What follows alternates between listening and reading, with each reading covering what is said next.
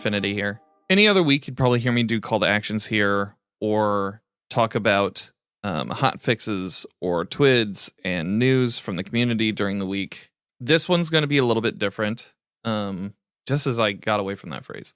In all honesty, I didn't know if I wanted to put out an episode this week. For those of you who may not know, Bungie laid off about 8% of its workforce on Monday, including folks like Sam Bartley, who's been a longtime friend of mine. Jenny and I went to go visit the Bartleys before they moved out to Seattle. And they were very welcoming, so sweet. They've always been so nice. And Sam was so excited about the position when they got it. We have Liana Rupert, who was let go, award-winning for their work with accessibility in games. Mark Salvatore. The list is long. I'm actually going to be including a list of all the folks that have been affected by the layoffs that Sammy Cat has compiled. She's been doing wonderful work on Twitter, making sure that word gets out. On my own Twitter account and across socials, I'm going to be sharing any gaming jobs opportunities that I see.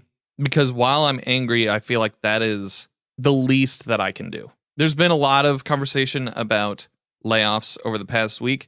Some heartless goons are saying, corporate layoffs happen, bruh. Just get over it. And I feel that's disingenuous.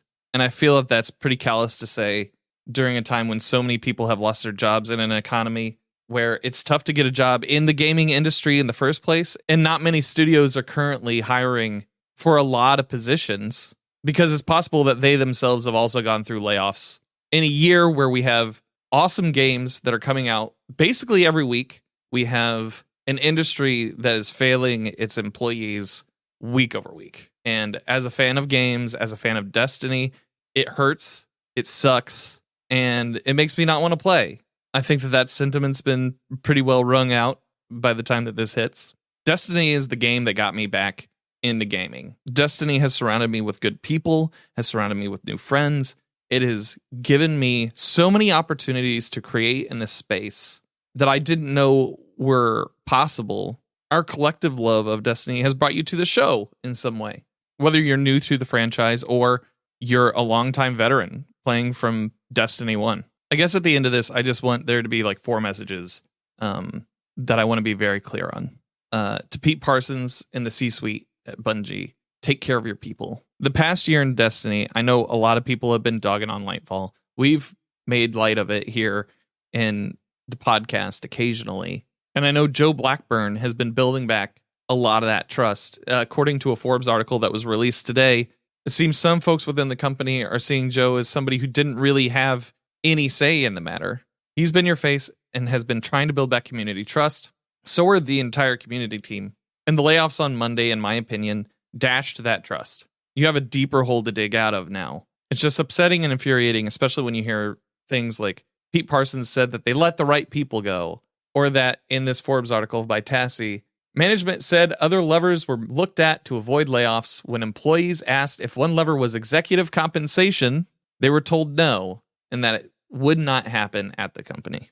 Look, I get it. Everybody has to have money. I get it. But where's the line of where you trade money for the lives of the people that work under you, the people that you're responsible for, the people that you put in the position to be laid off? To the good devs and workers who are still working at Bungie, I'm rooting for you. I really want the final shape to come out and be this huge splash for the game. It seems like so many people who are laid off were very enthusiastic about the quality of the final shape, even as they were being let go.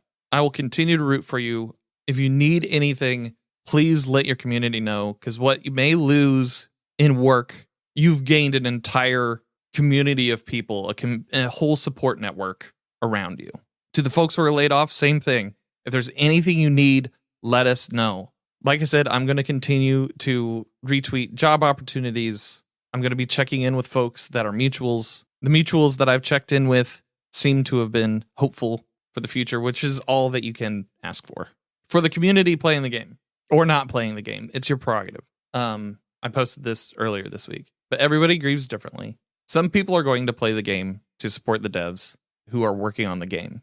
Some people are going to uninstall. Some people are going to cancel their pre-orders because they don't want to support the corporate side of Bungie. And I think both reactions are fair and good. as players, we have a few ways that we can speak. We can speak with our wallets, we can speak with our time, and we can share things on social media. However, I don't take that nearly as seriously as either of the first two.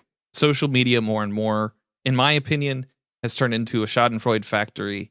And it feels bad when I see folks that I've followed for a long time, people that I've considered colleagues, when they feed into that Schadenfreude cycle. It's tough. I don't actively want to root against anybody, especially the people that make the thing that was a conduit for me to meet so many of you. I guess my only ask here is that in this time, we try to be kinder. We try to help where we can instead of just dogpiling. I also hope that the folks who work on Final Shape, whether you are at Bungie now or were laid off on Monday, that you get your name in the credits, because I understand that that's where you get work by the games that you've shipped. If you put work in, your name should be in the credits, and I hope that they are. I also want to see more of the gaming industry unionize, because layoffs like this suck. In an entertainment industry that has so much money pouring into it, there's got to be some way to collectively bargain. There's got to be some way to head this off at the pass so folks' livelihoods aren't affected. That's it for the episode this week. If you're listening to the show, if you continue to listen to the show, I want this to kind of set the tone, I think, for the next few panels. I think it's going to be hard to talk about Destiny in any real sense as a community, as a creator, without this shade over the game. And I feel like it's something that's going to be brought up for quite some time. And while it's not been confirmed by Bungie, but it seems to be confirmed internally amongst anonymous sources to various outlets, it seems like the Final Shape is going to be pushed back to June 2024.